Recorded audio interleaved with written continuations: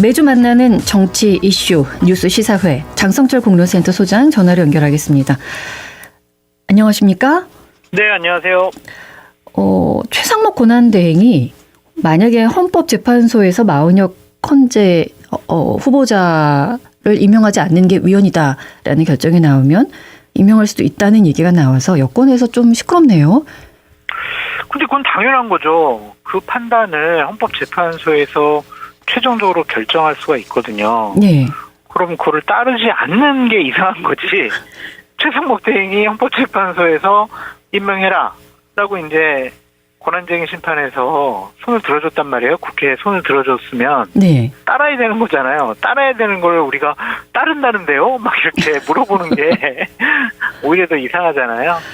상식적인 이야기가 좀 아닌 것들이 요즘에 꽤 많아서 그렇다면 국민의힘은 왜 그걸 가지고 이 이야기를 하냐는 말이죠.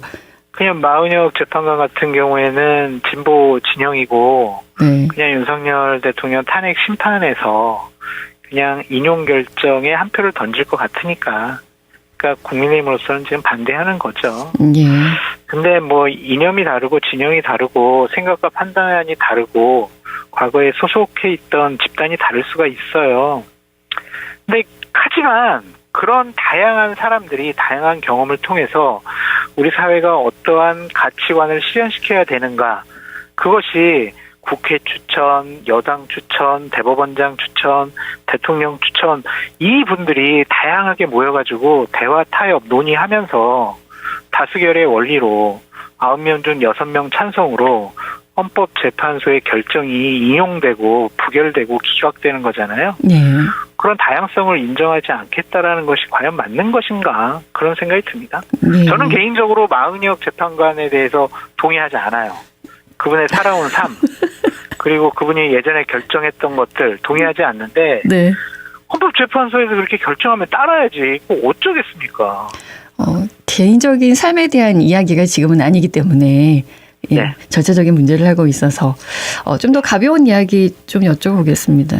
윤석열 네. 대통령이 헌재에 나올 때마다 머리가 깔끔해서 네. 옥중에서 머리 손질하고 있느냐 그랬더니 스타일리스트가 한 것이라고 해서 뭐 가능한 일이긴 하겠습니다만 이럴 정신이 있을까 싶은데요.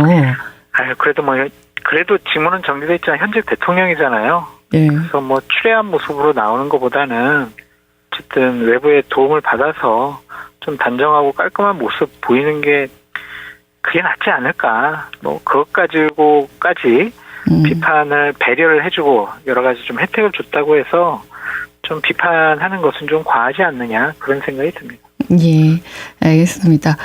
민주당에서 이재명 대표가 손을 내밀고 있네요. 이제 일명 네. 비명계라고 하는 쪽에 그렇죠. 내일 당장 만나기로 되어 있는데 네. 이거는 어떻게 보십니까? 잘하는 거죠. 김경수 지사도 만나고 김부겸 전 총리도 만나고 임종석 전 실장도 만나고 그런 계획이잖아요. 네. 어쨌든 문재인 대통령 얼마 전에 예방을 했을 때 그 문재인 대통령께서 SNS 상에서 포용해라, 대화하고 타협해라 그런 메시지를 냈잖아요. 어쨌든 진영이 결속을 해야 대선을 흔들림 없이 치를 수 있거든요. 네. 압도적으로 이재명 대표가 당원들의 지지를 받고 있고 민주당의 대선 후보가 될 가능성이 높잖아요.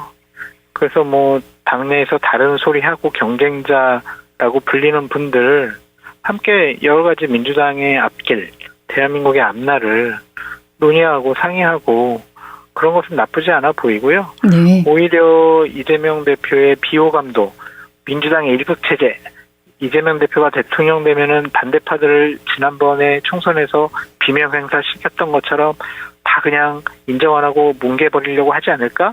그런 비판을 좀 잦아들게 하는데 상당히 도움이 될 것 같아요. 그래서 잘하시는 일이다라는 생각이 듭니다. 예, 이재명 대표가 먼저 손을 내민 건데 김경숙 전 지사나 임종석 전 비서실장이나 김부겸 전 국무총리나 다들 손을 맞잡을까요? 어떻게 보십니까? 지금이야 이제 민주당 대선 후보 경선이 분명히 이루어질 거기 때문에 네. 완전히 협조하고 그런 모습은 보이지 않겠죠. 하지만은 이제 경쟁자로서 서로 상호 존중하고 대우해주는 모습만 보여줘도 당원들에게는 안정감을, 그리고 국민들께는 어떤 이재명 대표에 대한 비호감도 반감을 낮출 수 있는 중요한 계기가 될 수 있을 것 같아요. 예, 조기 대선이 치러진다면 그래서 통합 선거대책위원회가 출범할 수도 있지 않냐라는 일각의 또 얘기도 있던데 가능성은 있을까요? 그렇게 돼야죠. 일단은 근데 당내 경선을 좀 먼저 거쳐야 되지 않겠습니까? 예, 너무 빠른 질문이었네요. 네, 당내 경선에서 진 분들은 당연히 선대위에 참여해서 네. 자기 졌더라도, 경선에서 졌더라도 당의 후보를 당선시키는 데 노력해야죠. 그게 정치고 네. 그게 민주주의죠. 네, 알겠습니다. 어제 윤석열 대통령 탄핵 심판 7차 변론이 있었습니다. 가장 주목할 부분은 뭐라고 보십니까? 박수요, 박수. 박수. 저도 이제부터 우리 박진아 앵커님과 방송할 때마다 박수 먼저 쳐드리고 이렇게 제가 좀 방송을 시작하도록 하겠습니다. 박수를 쳐드려야 저 이제 안 자르시고 계속 저를 데리고 갈 거 아니에요? 그러니까 웃긴 일이에요. 네. 저 윤석열 대통령이 이런 얘기를 했어요. 제가 국회 예산안 기조연설 하러 가면 아무리 미워도 그래도 얘기 듣고 박수 한번 쳐주는 것이 대화와 타협의 기본인데 박수도 안 쳐주고 말이야. 그래서 내가 예산안 시정연설에도 안 가고 개원식에도 안 가고 난 그랬다. 그렇게 얘기한 거잖아요. 네. 그래서 조금 더 논리를 확대하면은 그래서 야당이 미워서 비상계엄을 선포한 거야? 이런 비판도 나오잖아요. 참 이런 생각을 하고 이런 생각을 한 거를 또 헌법재판 심판에서 얘기를 하는 윤석열 대통령의 저 인식의 수준을 어떻게 평가를 해야 될까 그런 생각이 좀 드네요. 예. 근데 왜 이상민 전 장관은 증인으로 출석을 해서 검찰하고 경찰에서 했던 얘기 조사받고 날인까지 했었었는데 그 그렇죠. 말을 이제 다 바꿨거든요. 그렇죠. 그동안 고민을 상당히 많이 한 것 같아요. 예. 그러니까 예를 들면은 각 언론사의 단전 단수를 지시한 것, 그것이 내가 소방청장한테 전화를 해가지고 지시한 것처럼 되면 나는 내란의 주요 주도자, 동조자, 혐의자가 될 거야. 그럼 나는 형량이 더 높아질 수 있겠지. 자칫 잘못하면 나 숙의 우두머리도 될 수 있겠네. 그런 걱정 때문에 네. 아주 저 바보예요. 라는 것을 스스로 고백하고 자백하는 것이 아닌가. 좀 그런 생각이 듭니다. 참 웃겨요. 이런 논리를 개발해내려고 변명을 하려고 그동안 얼마나 많이 상상을 하면서 머리를 굴렸을까. 참 기가 막힙니다. 네. 이분이 한 얘기도 들려드릴게요. 제가 대통령실에서 종이 쪽지 몇 개를 좀 멀리서 이렇게 본 게 있습니다. 그런데 그 쪽지 중에는 소방청, 단전, 단수 이런 내용이 적혀 있었습니다. 이렇게 얘기를 해요. 네. 그래가지고 본인이 소방청장에게 이거 단전, 단수 지시한 게 아니라 혹시 대통령께서 그런 지시를 내리더라도 국민의 생명과 안전이 중요하니까 그거 단전, 단수하면 그거 안 돼요. 그거 국민의 안전이 중요한 겁니다. 이런 식으로 자기는 얘기했다는 거잖아요. 그런 거죠. 근데 소방청장은 국회에 나와서 아니요. 장관이 저보고 단전 단수 하라고 그래가지고 제가 옆에 있는 참모들한테 야 우리가 단전 단수 하는 게 가능하냐? 법률적으로도 가능하니? 이렇게 주변에 물어봤다라는 거 아니에요. 진술이 엇갈리잖아요. 예. 대지신문 해야죠. 그래서 우리가 지금 검찰 조사가 상당히 미진하니까 이상민 장관은 지금 기소도 안 당했잖아요. 네. 그러니까 이런 일을 실질적으로 했는지 안 했는지 검찰 조사가 제대로 진행되지 않으면 특검을 통해서라도 이거는 밝혀야 된다. 그런 생각이 좀 듭니다. 예. 웃긴 사람들이에요. 이런 얘기를 하면은 재판관들이 그래. 이거 정말 계엄할 만했군. 계엄의 명분이 되는 거야. 이렇게 생각하겠냐고요. 재판관뿐만이 아니라 우리 국민도 믿겠냐고요. 그러니까 우리도 그렇게 생각을 하는데 재판관들이 너무 기가 차니까. 예. 좋아. 이제 대통령 측에서 증인으로 신청한 사람들 이제 안 들어도 될 것 같아. 그 사람들 증언 안 들어도 될 것 같으니까 증인 신청 기각 이래버리잖아요. 그러니까 스스로 원래 재판을 지연하려고 많은 증인들을 신청을 했는데 본인들이 이상한 허무맹랑한 소리를 하니까 재판관들이 이제 더 들을 필요도 없어요 라고 얘기를 하는데 본인들 스스로가 빌미를 줬다. 그렇게 생각이 듭니다. 변호사와 상의도 하고 할 텐데 이렇게. 근데 변호사들도 똑같아요. 예. 박 앵커님 처음에 막 비상계엄 얘기할 때 그 변호사들 나와가지고 우크라이나 전쟁 뭐 크림반도 침공 막 이런 얘기하면서 네. 뭐 하는 사람들이지 막 이런 얘기를 했었잖아요. 네, 저희는 그러니까 똑같아요. 이제, 사적으로 만나서 이야기할 때 네. 공부도 정말 많이 한 분들이 어디 가서 이것도 하고 저것도 이렇게 많이 배운 분들이 어떻게 저런 생각을 하지 이런 얘기도 하거든요. 네. 근데 왜 이럴 수밖에 없었을까? 네. 윤석열, 이상민 그리고 변호사들은 왜 이런 얘기를 할 수밖에 없었을까? 생각을 해보면 스스로도 그래 맞아. 헌법적으로 법률적으로 이건 비상계엄을 할 요건은 안 돼. 그러니까 우리가 좀 바보 취급 받더라도 좀 이거는 뭐 말도 안 되는 소리를 좀 하면서 네. 우리 스스로가 좀 바보 취급 당하는 것도 감내해야지 뭐 이렇게 생각하는 것 같습니다. 예. 근데 변론 기일이 내일 8차까지 지금 정해져 있는데 그러면 이제 윤석열 대통령 헌재 재판 마무리 이렇게 지을까요? 아니면은 조금 더 변론 기일을 더 연장할까요? 글쎄요, 이제 증인 신청을 안 한다면은 증인 신청을 받아들이지 않으면은 다음 네. 주에 이제 윤석열 대통령이나 그 변호인들의 최후 진술을 듣고 한 2주 정도 이내에 헌법 판결이 나올 것 같아요. 헌재 판결이. 네. 그러면은 저는 한 3월 중순쯤에 당초에는 헌재 심판이 나올 것 같다라고 생각을 했는데 만약 증인 신청을 더 안 받아들이게 된다면 3월 초에는 헌재의 심판이 결정이 될 수 있겠구나 그런 생각이 좀 듭니다. 좀 빨라질 수도 있겠군요. 대선이 빨라질 것 같아요. 네. 그렇게 되면 2달 안에 해야 되잖아요. 60일 안에. 네. 그러면 3월 초에 하면 4월 초, 5월 초에는 조기 대선이 벌어질 거다.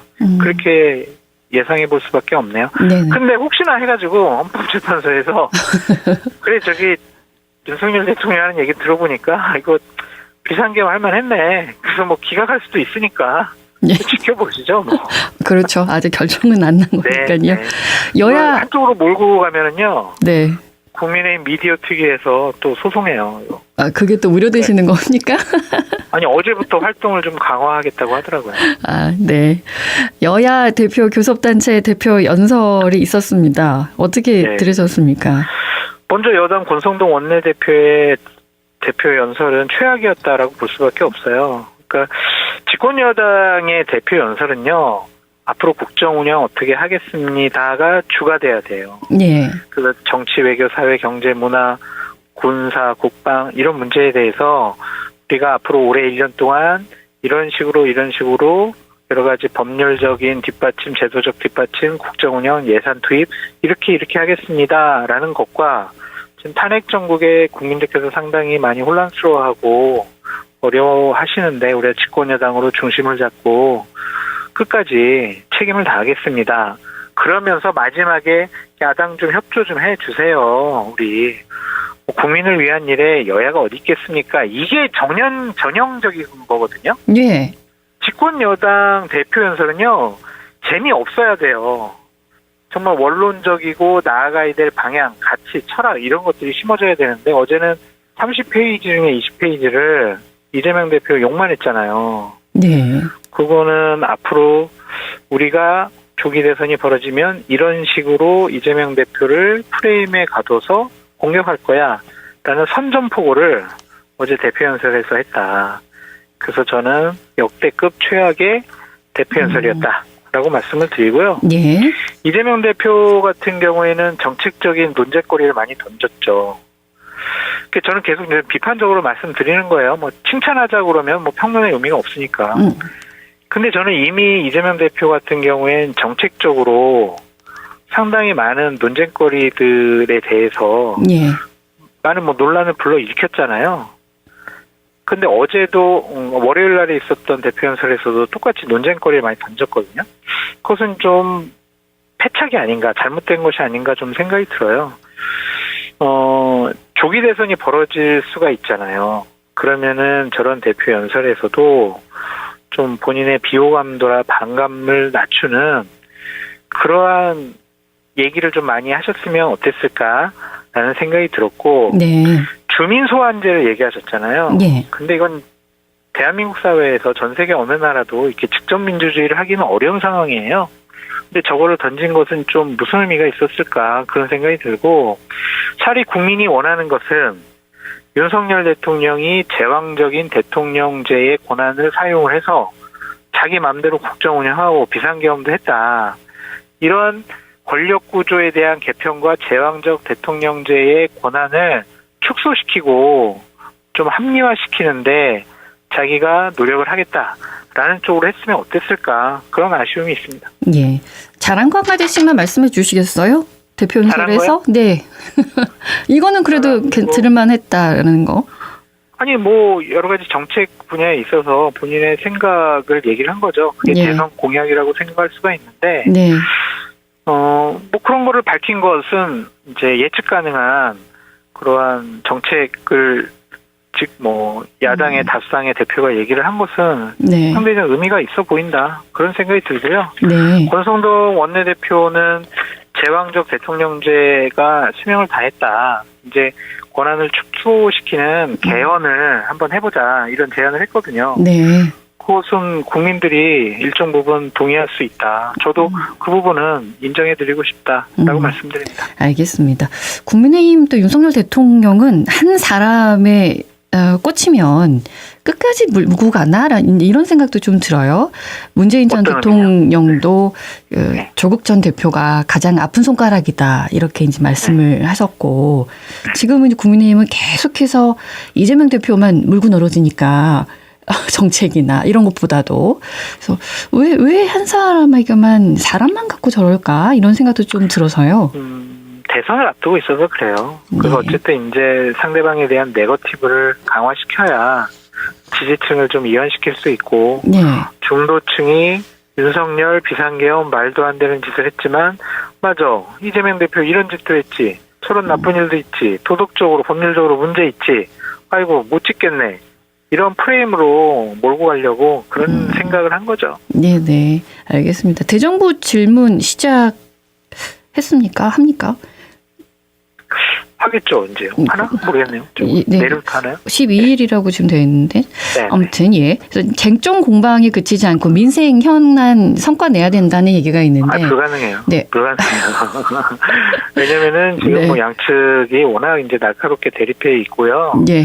거듭 말씀드리지만 대선을 눈앞에 두고 있기 때문에 서로 뭐 정책 경쟁, 민생 경쟁 못해요. 그냥 상대방을 악마화하고 나쁜 사람, 나쁜 집단화하는 그런 정치적인 공세, 공방만 왔다 갔다 강화될 것 같아요. 네. 그래서 이번에는 더욱더 혼란스러운 대정부 질문이 될 것 같다, 그런 생각이 듭니다. 알겠습니다. 여기까지 듣겠습니다. 고맙습니다. 감사합니다. 네. 장성철 공로센터 소장과 함께했습니다. 언제 어디서나 내 손 안의 뉴스 광주 MBC 뉴스 유튜브 구독으로 함께하세요.